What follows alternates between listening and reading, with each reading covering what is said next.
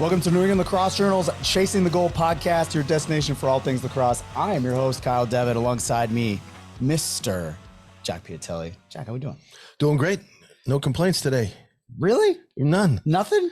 Other than I have to work with you. Oh, no, it's all good. Oh, man. It never stops, does it? It's just never going to stop. No, you really hurt my feelings by wearing that clock jersey today. It's just a shirt. I wouldn't be caught wearing that. That's for sure. You're branded every week, head to toe, with your company. This is just the school that empowered me to be a lacrosse writer, and I'm very thankful to them. Well, that's good to hear. Oh man, I'm sure they're grateful that you attended their school. I will tell you right now that if you told my advisors and professors that I was a writer, that first of all, most of them are probably dead now because everyone was really old. But so they'd be spinning in graves, and the ones that would be alive would just be like, "You're lying." So something to be said about overcoming the odds. That's right. That's right. I guess we should talk about our guest. We have John Donville, late of Cornell, Maryland, Panther City Lacrosse, and the PLL Cannons franchise. Welcome to the show. Yeah, thank you. Thanks for having me. This is great. And we're PLL season's coming up. NLL season's in the playoffs right now. I know you've gotten a couple, Rookie of the Week nominations. You're number one overall pick. Like, describe your experience from going from Cornell to Maryland to the indoor leagues, right? As your kind of formative journey to like the global consciousness of lacrosse now, because you're now a ubiquitous name with player pools and in the pro leagues.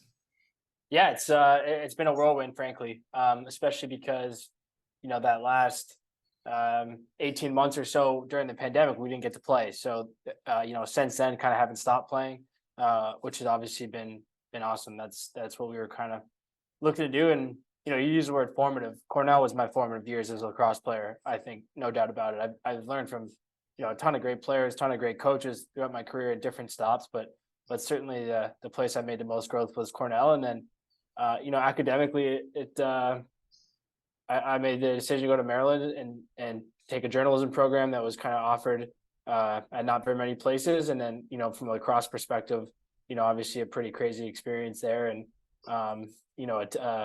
a generational team that was cool to kind of be a part of, and an opportunity to win a championship, which was obviously a pretty memorable experience. And then, yeah, since getting to the pros, it still just feels like a whirlwind. And I think the best part is just getting to play with and against the best players in the world, guys who I look up to, or who I have looked up to for a long time, and then also some peers who have gone through the different stages of my career. Getting to see them, play with them, play against them has been pretty awesome as well. John, talk about your formidable years at Cornell. I've always wanted to ask you this question. How difficult was it for you to not only play in the national championship game, but play against some of your best friends versus Cornell? Yeah, it sucked, frankly. That weekend was bittersweet, more sweet than bitter. Obviously, it was awesome experience, and everyone in Maryland that took me in was great. But I obviously would have wished it was against somebody else. But one thing that was kind of cool was just have it, everyone in my class from Cornell got to have that kind of Memorial Day experience. Obviously I wish it was together, and we had a weird college career with the pandemic, but I'm glad everyone had that experience. And one moment I'll never forget, Jack, was in in Columbus. Cornell was walking off the field, and we were walking on the field, and just gave John and Joe Bartolotto a hug as we were walking by them, and just said, "We'll see you next week." And that was pretty cool to kind of share a moment there on the field. And we were opponents after that, but to see everyone that weekend was pretty cool. Can you talk a little bit more about that experience? Because I know Jack's talked about it on the podcast before, where I think it was Brian called you from the locker room, right? And was like, this is so amazing. Like, thank you so much. Like, do you have a figure in your life that you were kind of thinking about while that was happening? Yeah, my dad and my brother for sure. My brother played at Cornell before I did. Played for Team Canada as well, and he really taught me about being a teammate at Cornell. He was a goalie, so kind of up and down. Started a little bit, ended up losing his starting spot, then got it back, and just kind of showed me like what the Cornell culture was about before I got there. And then my dad, this is he took us to our first Cornell game. My first field lacrosse game was at Cornell in 2006.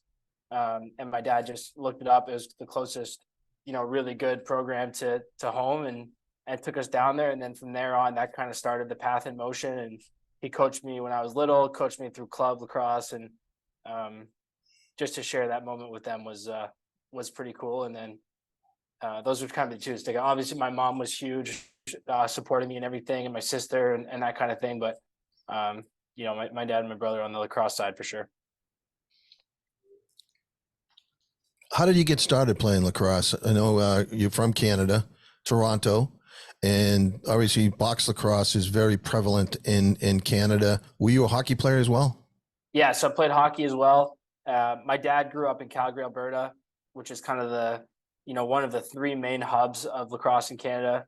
So he played when he was a kid. He played box lacrosse, played a little bit of junior B, and then kind of a cool story actually. So my dad, when he finished his schooling, actually, well, my mom and dad, they moved to Singapore in South Asia. So my siblings and I were all born over there.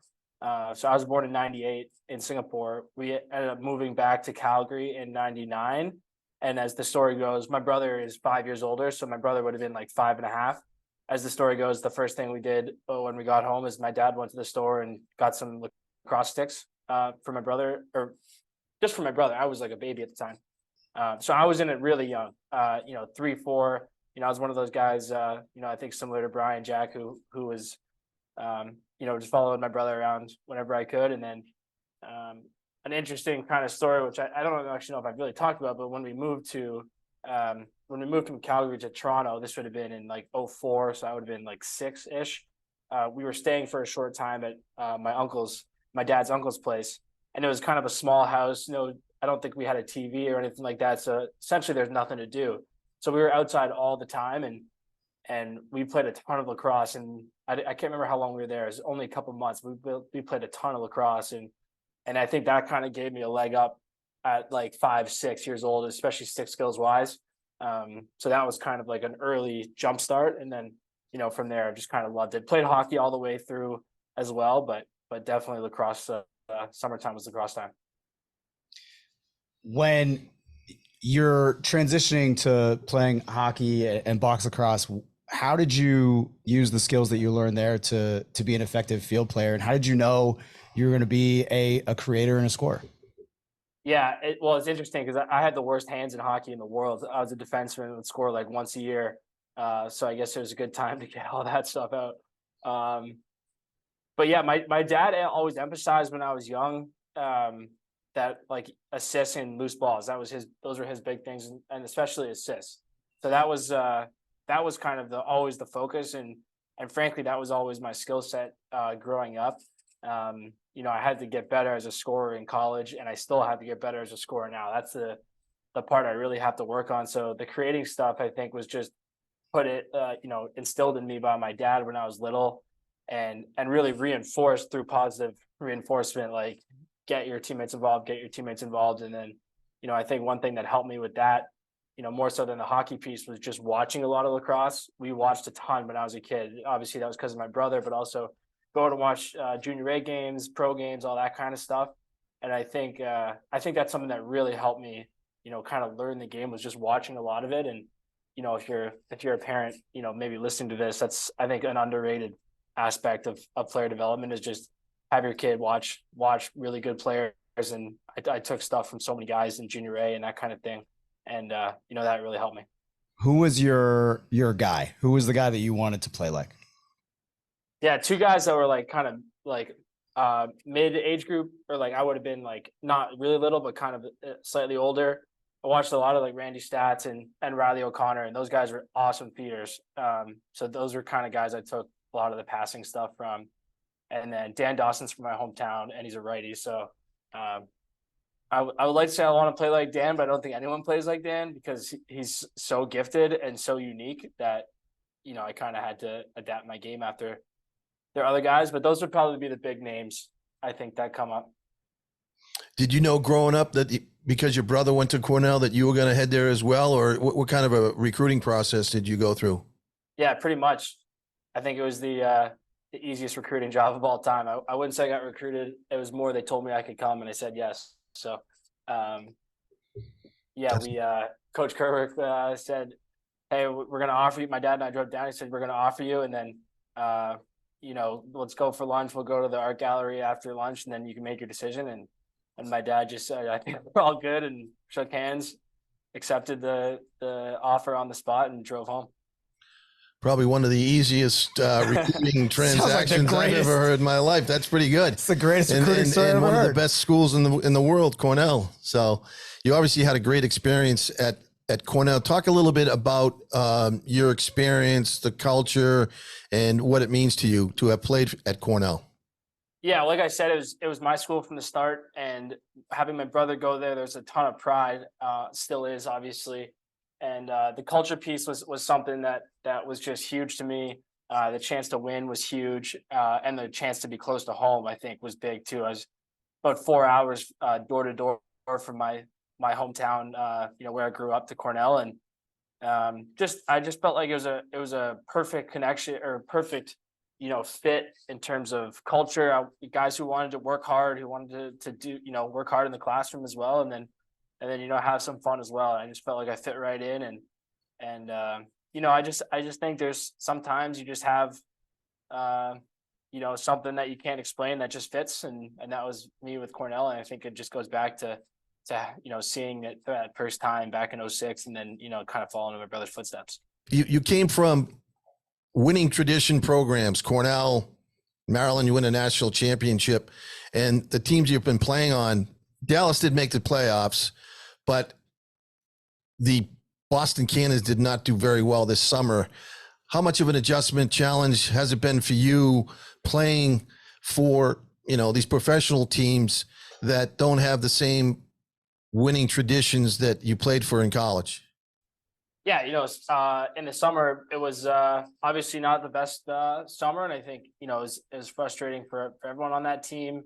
But really proud of how hard we fought and that kind of thing. It was a great group to be part of, and one thing I'll always be grateful for is because of some visa stuff that kind of happened right after I got into the league. I was kind of in limbo there for a little bit, wasn't sure where I was going to play, and Coach Quirk gave me an opportunity to play for the rest of the summer, and obviously. He stepped away, but I'll forever be grateful for that opportunity to play, and he really he really helped me out on that one. And then with Panther City this year, obviously first round exit for us in the playoffs, but really proud of our group. I think we exceeded expectations, and I think I think it's just a process, right? And I think you kind of learn that it's hard to be good every single year, and I think more than winning, it's about being part of a group that does things the right way and treats people the right way, and both those teams did that. So I'm really excited for the future of both, and really just pumped up. I hope you don't mind me asking this question, but I find that there are a ton of pro players, high level players, that they go into journalism or creative writing or something like that, and they don't use it in lacrosse. Why is that? Do you plan on doing that at some point? Is it just too busy, as a player for both leagues right now? Like, what is your thought process there? Yeah, I think it's a good question. I do plan on using it for lacrosse. I'm actually working on some stuff right now. I definitely will never write about a league that I'm playing in while I'm playing in it. I think there might be a fair argument for, are we a little bit too hard on people who express their thoughts publicly?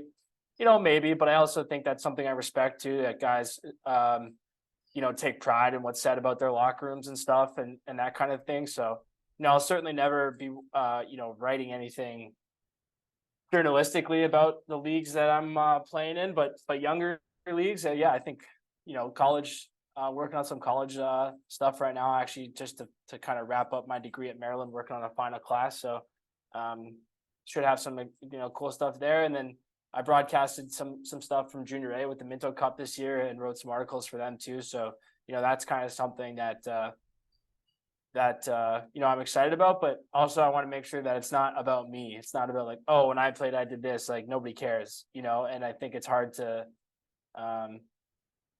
if I'm going to write stuff and do stuff about those leagues, I want it to be about the guys who are in them and maybe using some of my experience to highlight, certain guys, but I don't want the focus, to be on me. Well, I think like selfishly, I am one of those people, right? That like, I know that there are people that read my stuff and they don't like it and they've never met me and they're like, oh, I hate that guy.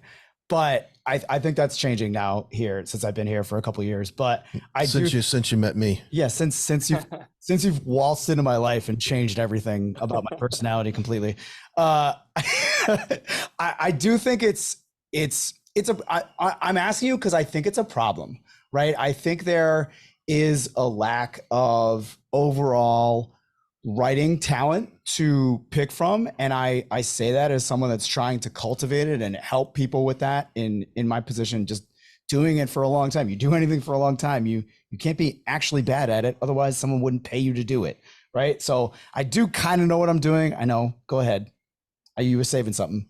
Go ahead. You got a look on your face. Say it. Well, I'm glad you think so. Yeah. All right. I was waiting for that. But I want more player perspective. I know you're saying you're not going to write about the leagues you're in, but I do think it would be really valuable for a higher level, like a Division I college perspective to bring that to people. Cause I think there really is other sports have it and we don't. And I feel like we should, because so many smart people play lacrosse. So many people go into are good writers and they're just like, nah, I don't get it. So like, I get what you're saying. And that's actually a good perspective, but I would welcome it. I think we need it. You know what I mean? Like, I know there's more people like you that got into journalism that are like, okay, well, I love lacrosse. Like, how can I make this work? Right. Yeah. I think there's also just a logistical part of it too, where, I would love to, I've done a little bit of broadcasting, would love to go into broadcasting lacrosse stuff and, share my kind of thoughts and opinions and views on the game that way. But every league in lacrosse plays on Saturday afternoons in the spring, right? So it's like, okay, I would love to, but I didn't watch a lot of Cornell games this year because I was taking pregame naps for my games, right? That's the reality, is that, we're all on the same schedule. So same thing where I'd love to, kick the tires on coaching someday, but while you're playing, it's tough. So I think there's a logistical part of it too, but I think there's kind of different sides of it, but definitely I try to share my own experience. Just don't ever try to give, opinions or thoughts on other teams or players of the leagues I'm in. I just don't think that's a winning philosophy for someone trying to fit into a locker room. Come on, John. We need more Division I journalists out there. I mean, Kyle's only a Division III guy. I mean, he only went to Clark, and they look at how successful he is. Yeah. Maybe I'll come work with you guys. It's a nice studio you got there. Thank you. I will have you freelance for sure. Whatever you want to do. I will bring you in. I'll give you feedback, all that stuff. I feel like it's like selfish just bringing it up. Just be like, yeah, do you want to be a writer too? Cool. Here we go. When you're getting ready to change over from box to outdoor, which you're in the process of doing right now, this is a weird question. What is your stick different? Do you have a different stick for both? Because I've heard conflicting things from a lot of people that do both. They're like, oh no, I definitely have a box stick and I have a field stick, and they're totally different. Yeah, I think it's more important for the guys who are playing attack in field, who need to carry it more. It's kind of counterintuitive actually, but I think a lot of them will actually use deeper pockets in the field than they will in box, even though there's no rules in box, just to have a little more leeway carrying the ball. For me, my play style is fairly similar box to field, so I try to just keep it the same. So definitely a personal preference thing, but I'm pretty much the same. And I maybe there would be slight differences if I was going to design it from scratch, but I'm more worried about like keeping my touch and just kind of staying confident that I'll just keep rocking the same setup. Is your confidence level the same in the outdoor league versus the indoor, or is it greater in the indoor because you've got, well, essentially you've got more experience playing box than you do outdoor, even though you played at the collegiate level? Yeah, I think frankly that's something I'm working on still. I think the great players at this level, they don't really have a conscience, and if they shoot 10 times and it doesn't go in, they don't care, and they just keep going for the 11th. And I mean that in a good way, where they're continuing to get good shots. They're not just doing crazy stuff to get their own numbers. Like John Piatelli, who had 18 shots the other night, only had one goal. Wow. No kid, man. I had a couple of those too. Did you give John a hard time for that one?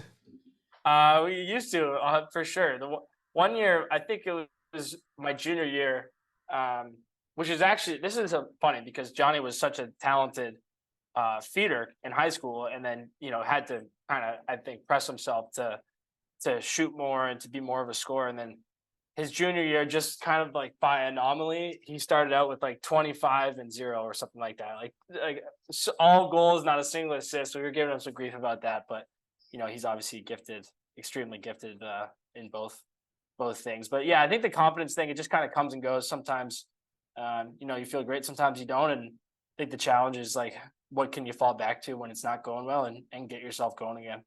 All right, class, it's the NCAA Division I Women's Lacrosse Championship. Welcome to Fandom 101. Want to give your team the ultimate assist on the lax field? Here's your assignment. Lesson 1, get loud for every goal. 2, work in groups. And 3, attendance is encouraged, but passion is mandatory. The Division I Women's Lacrosse Championship, May 26th and 28th at Wake Med Soccer Park in Cary, North Carolina. Buy your tickets today at ncaa.com/wlacrosse. Class dismissed. Dedication, skills, focus, and the drive to play at the highest level. Massachusetts is committed to providing the coaching and curriculum that will allow boys and girls to learn and grow as individuals and as teammates. With an emphasis on skill development and academic excellence, their players have led the country in college recruiting for the past 10 years. With over 800 plus players moving on to play in college and over 130 plus high school All-Americans, Massachusetts has been able to set the nationwide standard unmatched in the sport of lacrosse. To learn more, log on to laxachusetts.com. That's laxachusetts.com. All right, class, it's the NCAA Men's Lacrosse Championships. Welcome to Fandom 101. Want to hype up your squad from face-off to the final whistle? Here's your assignment. Lesson 1, get loud for every goal. 2, work together. And 3, attendance is encouraged, but passion is mandatory. The Men's Lacrosse Championships, May 27th and 29th at Lincoln Financial Field in Philadelphia. Buy your tickets today at ncaa.com/mlacrosse. Class dismissed. All right. Attention, all college and postgraduate lacrosse players. Piatelli and Excel Lacrosse have teamed up this summer to offer competitive men's and women's summer leagues in the greater Boston area. These summer leagues begin the week of June 19th at Brandeis and are open to players 18 years old and older. So if you're not ready for lacrosse season to end, or you just want to get back out there and relive the glory days, check out piatelilacrosse.com for more information and registration. Were you ever intimidated going out on the field? Like, because, I mean, it was your first year, your first overall pick in the NLL, expectations are high. What was that like mentally for you preparing, for these games, and you're playing against the best players in the world? Yeah, frankly, with box, I wasn't that intimidated. I probably should have been more. I don't know. I don't think there's anything you can really do to prepare for like how it's going to be in the actual game. And I think, it took me a while to kind of figure it out. My biggest thing in box was I had to tell myself to slow down a little bit. I was so excited and so eager that I was buzzing around in the first couple of games, and I was just hard to play with. I wasn't setting myself up to get picked ever. I wasn't setting really picks. I was just kind of running around, swinging the ball, not really doing anything. So kind of had to tell myself to slow down and just let it come. And, that was kind of the biggest thing that I had to remind myself of in the year. And that kind of helped me get going a little bit, was slow down, figure out what's going on here, actually read the play a little bit, and not just be running around the horseshoe at the top, because, you just don't ever really get any good looks out of it. Do you ever rely on the coaches to give you the confidence that you need, or, to settle you down? Yeah, 100%. And they were huge this year. I can be pretty hard on myself, and they tell me that too. But early in the year, especially, I kind of had a slow start, and they were just very clear with me. No panic. You're getting good looks, and they're going to go in. And whether or not that was true, it felt good. And really really appreciative to TK and Kyle Gallantry, our offensive coordinator in Panther City, and yeah, really really thankful for that. What game do you enjoy playing more, the indoor or the outdoor? I don't. It's a good question. Probably indoor a little bit more, just like you said. I grew up with it. I can also be hard on myself, like I said. So a little bit less pressure with turnovers and bad plays and stuff like that. In box, you kind of just get to keep playing, and especially being a midi at times in field, if the game flow is not going your way, there can be some time on the sidelines where you're thinking, and thinking, generally speaking, is not very good for me in my game. So the less time to think, the better. So When you're so you're playing box lacrosse in Texas, how are those crowds? Like, what I did 2 summers in Austin, and the lacrosse was very not developed yet, but there was such a huge hunger for it. How has that experience been for you with the crowds and playing in front of that home atmosphere? yeah, obviously we wish we're still working on growing the game down here, but one thing that's cool is our building is awesome. Played at Dickies Arena here in Fort Worth, Texas, and it's just an awesome building. And we put on a great show. I work for the team as well in the marketing department right now, and our game presentation folks, our social folks do a great job and put on a great show. So obviously we're going to keep working to make it bigger, but the people who are there are passionate. They know a lot about what's going on, and they're just super enthusiastic about it. And I'm optimistic for the future that we're going to keep growing this thing, and then it's going to be something we can really be proud of. It already is, but even more so.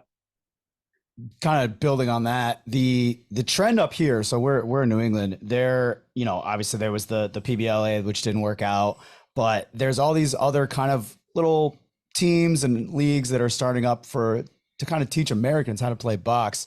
I know you used to coach one of those, the Rock Hoppers, I believe, a few years ago. Have you seen, as a Canadian, have you seen that be effective? Like, what have you seen an increase in the skill level and the understanding of box and American players? Yeah, I think so. I think that's undeniable. You look at, guys coming in the league now, like Jack Hanna this year, a big year. I think the box stuff helps. I also think just incorporating box techniques into field helps a lot. Every kid that plays in the NCAA now has a good understanding of pick play, and, defenders at least, have obviously there's some differences in how we want to play it, but they're used to opening up and taking picks or switching on picks, or just they're used to not just playing isolation dodges all the time. And guys, offensive guys are at least somewhat used to coming off picks and shooting, or, that kind of thing. And then, I think, you guys would be better to speak on it. You've been around the game longer than I have, but I think there's just been a general, kind of acceptance of allowing kids at younger ages, and I mean this in the field game and the box game, to try more things and to do, to be more unscripted and to push the skill level further. And I think you see that in field now, where there's stuff happening that guys, the Canadians love to say that Americans used to be unskilled. You go watch American field now, if you're playing at a top Division I program, your stick skills are awesome. It's almost without exception. And so I think the box stuff is helping for sure, having kids play box younger, and then incorporating those techniques in the field, and having coaches that are allowing kids to be creative and teaching them how to be creative. And I think the skill level of the sport in general, on no matter the format, has just kind of elevated in the last couple of years. Yeah, I mean, you've created a box team. Like, what was that process like for you, right? Well, having played box in the old NLL, I got a great understanding of the skill sets you develop playing box, because the ball's never out of play. And when you play box, you're always in the play and you have to be engaged. So in the field game, if you're playing, defense or or offense, you get certain breaks during the game. Midfield, it's specialized, so you're just out there on offense or defense. But in box, you might get caught on defense. You're running the whole floor. You get more touches. The arena is smaller, so space is different. Spacing is different. You got to keep your head up. And so I realized that the skill set to play box is a lot more difficult and understand the game to be successful on the floor versus in the field, because it's so wide open, and you can hide certain players in the field where you can't hide anybody on the floor. Yeah, no, I mean, again, we've been over this. My box experience is pretty low, just some senior B or whatever. And it's just, I remember the first game, I was just running for my life. I was like, this is great, but I'm really scared. Right. Like this is fun for me, but also what's happening. And I think that's gone now. I think like players that come in, first of all, the level of coaching is better in America than it's ever been. The opportunity to play box in America is at its highest zenith that it's ever been. And the appetite for it. I mean, listen, you go to an NLL game, you go to a PLL game, there is a marked difference. I think there is. It's not one's better than the other, but they're definitely different. Yeah.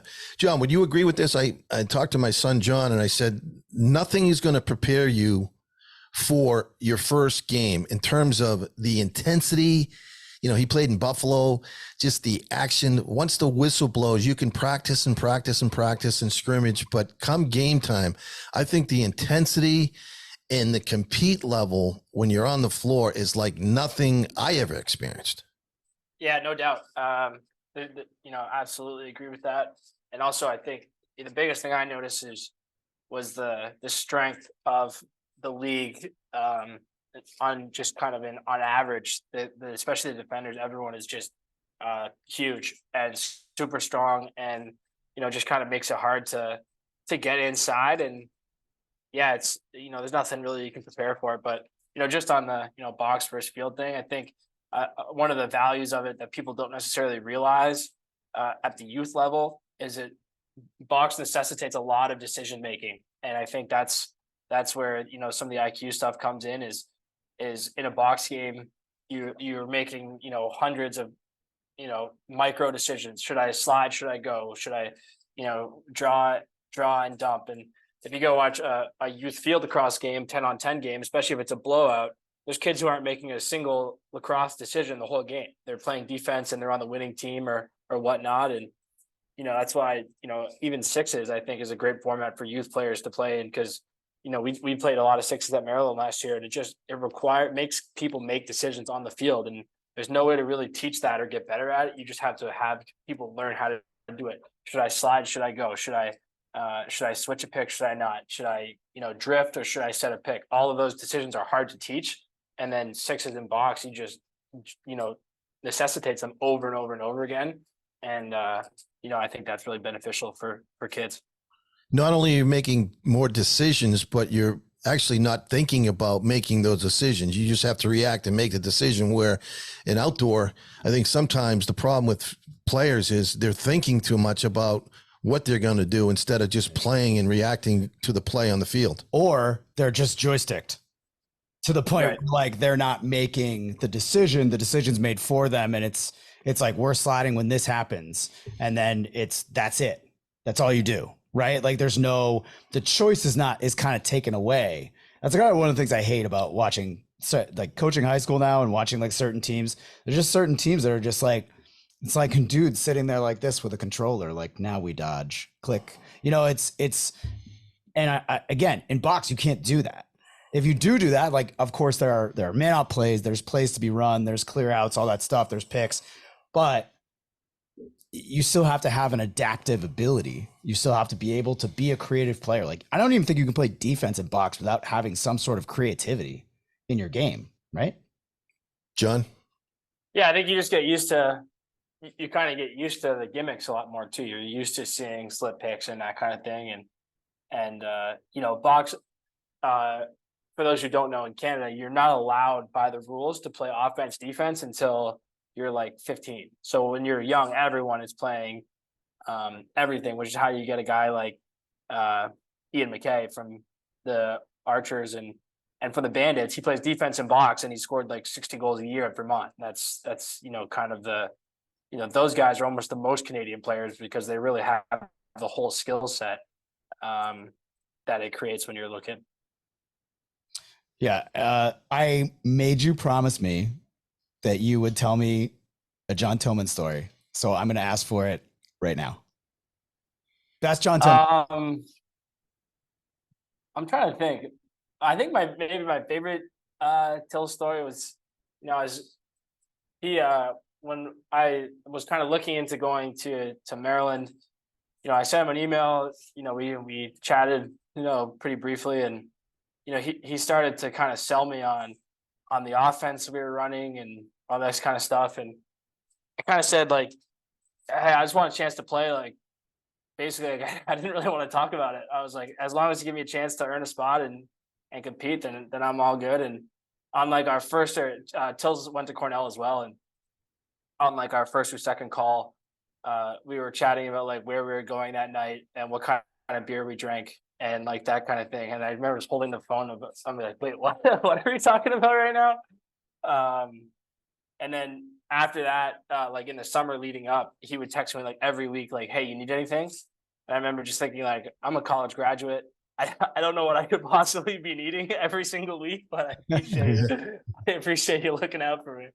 It's the crazy thing about Tillman, man. Like I feel it sometimes. There are some times where he looks at me and he's just like, "You're kind of my enemy," right? Yeah. Like, because it's you're the journalist, you're trying to get dirt, but I always try to disarm him by trying to make him laugh or something. Like when you guys won, we're in the press conference, and I'm sitting there and I'm like, "What question could I ask him that he will actually answer?" Because he does this thing where you ask him questions and he doesn't answer the question. He just talks about how great the team is, which is great. Like, do that. I don't get mad at that or anything. Like, it's my job to word the question correctly. And I my biggest win was I was like, all right, so you're kind of a crazy person. You love lacrosse, like you won your championship. But what I want to know is how fast are you going to be back on the field recruiting? And his smile, I was like, yes, got you. And then all he did was talk about the offense. And I was like, I don't care that you didn't say anything. I got you to smile on camera, feel like it's a win. And we had him on the podcast. And I remember, I don't know if you remember this, I was upset after the podcast was over. And you're like, no, that went really well. And it did. It turned out to be a good podcast. But I was just like, he beat us. He beat us. We tried to ask him these questions and we tried to get him and he beat us. Like it sometimes it is like a push-pull adversarial thing. But I just want to say like, too, like, I know you're very, you've made your stance clear on not talking about the league that you're playing in, which I totally respect.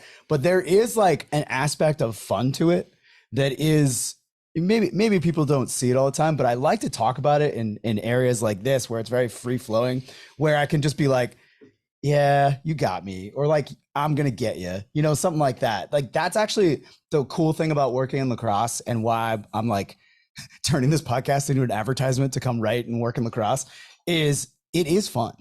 Like it's not, I know people that work in other industries and work in other sports, and a lot of them are miserable because the expectations placed upon them and the rules that they have to follow are so insane.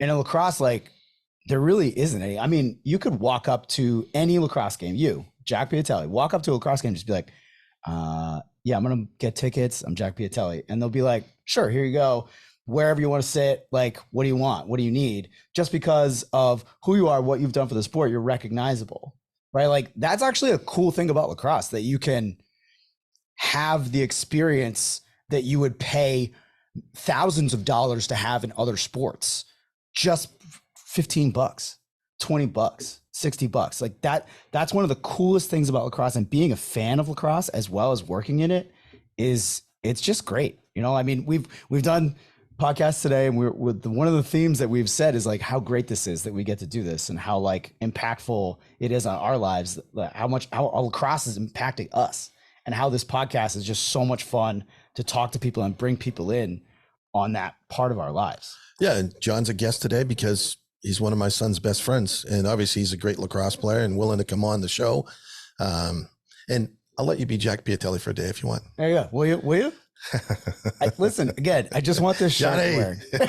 I just want the shirt. I don't know if you listen to the podcast, but we're about average for Kyle Diggs. There's one more coming. Okay, perfect. Hey, if you get a chance, you got to watch John Donville play. I remember, John, watching you your freshman year and didn't know you very well. And I think after the game, I'm a stats guy, watching the stats and so on and so forth. And I think you had 8 points. I go, John Donville had 8 points. I didn't see that. So I started watching you play. There's no flash in your game. You just get the job done. One of the best off-ball players, feeders.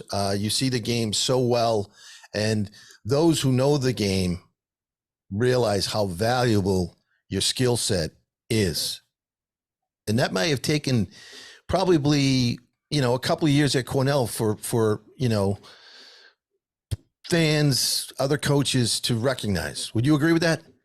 Yeah, I think so. Obviously in the Ivy League, it's a lot better now than when I started, but you don't get as much TV time as other folks. And, that stuff matters more than people realize in terms of, recognition. Not that, recognition really matters that much, but if you want to talk about public perception and stuff, you gotta play well on TV. And I actually played really poorly on TV a couple of times, early in my career, which probably didn't help. But I think also I hopefully improved while I was there too. And I learned a lot from Jeff Teed and that kind of thing. Learning how to.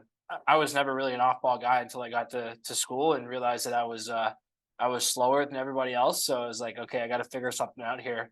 And then really had some good opportunities to play with guys who my skill set kind of meshed in with. I played with Connor Fletcher, who's 6'4", two-handed and faster than everybody. And for a guy like me, that was a good setup. And then obviously playing with Teeter was awesome. Playing with Johnny, like you said, Jack is a tremendous joy, obviously, as my buddy, but we also, found pretty good chemistry together and stuff like that. So it was just a kind of a good setup for me all around.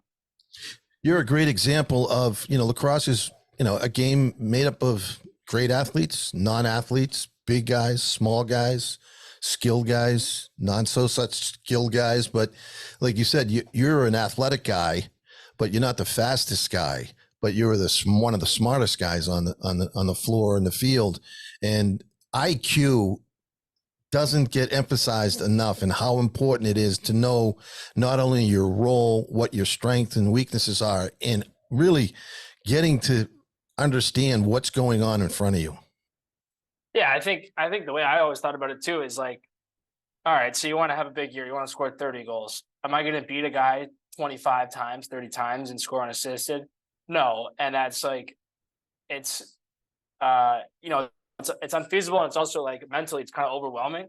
But if you're like, all right, I could find 5 off a rebound. I could find 5 goals off cutting. I could find 5 in transition, 5 on the power play or something like that. It's like, okay, well now, you try to score in different ways and you can, patch together a good year. And then, the other thing I'll say is I took pride in college and being part of good offensive units. And I think at Cornell that really started with Jeff and, how he kind of prioritized the team offense more than his own. And, something I realized later is that when you prioritize the team offense and you just focus on playing good offense as a group, everyone tends to get their numbers more anyways. So, I think people always kind of juxtapose those as kind of a sacrifice to the whole. And I've never seen it like that. I think the more you focus on, playing good offense, the more everyone actually puts up, their best numbers. And you're going to have greater results as a team as well. And I think Sure. a lot of great players at the high school level and maybe even the college level, go out on the field and say, oh, I got to have my 8 points in order for us to be successful. And that's not the case, because now they're playing selfishly and they want to get the points instead of, you're spreading out the ball, but you may end up with, again, 8 points if you spread the ball out amongst all your teammates, because they're as capable, and you've got to give them confidence as well. And Jeff, to your point, was a great example of one of the best players ever to play the game, who shared the ball right as well as anybody. And it actually goes the other way too, where guys can have like a good stat line and they played bad for the team, right? Like that happens. I've seen that happen more again, my traumatic year of coaching that is this year. I've seen that happen more this year than any year I've ever done anything in lacrosse. Is like, and it's not just my team. I've seen it at the college level and stuff. Guys that have like, oh, I don't know, I have 6 points, but we lost. Or this guy, like the perfect example of this right now. We're talking about this right before Yale plays in the first round of the NCAA playoffs in D1. Is like Matt Brandau is this. Right? Like there are games where like Matt Brandau has 1 goal and 3 assists and people are like, what's wrong with Brandau? And it's like, Chris Lyons had 8 goals.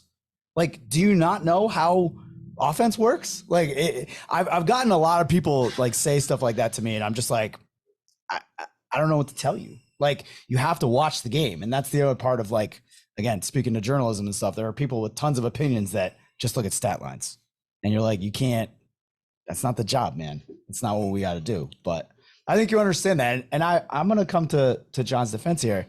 I would, my comp for you is a weird comp because I think you play with a smoothness that is like old school mid 2000s Virginia attackman smoothness, like Danny Gladding.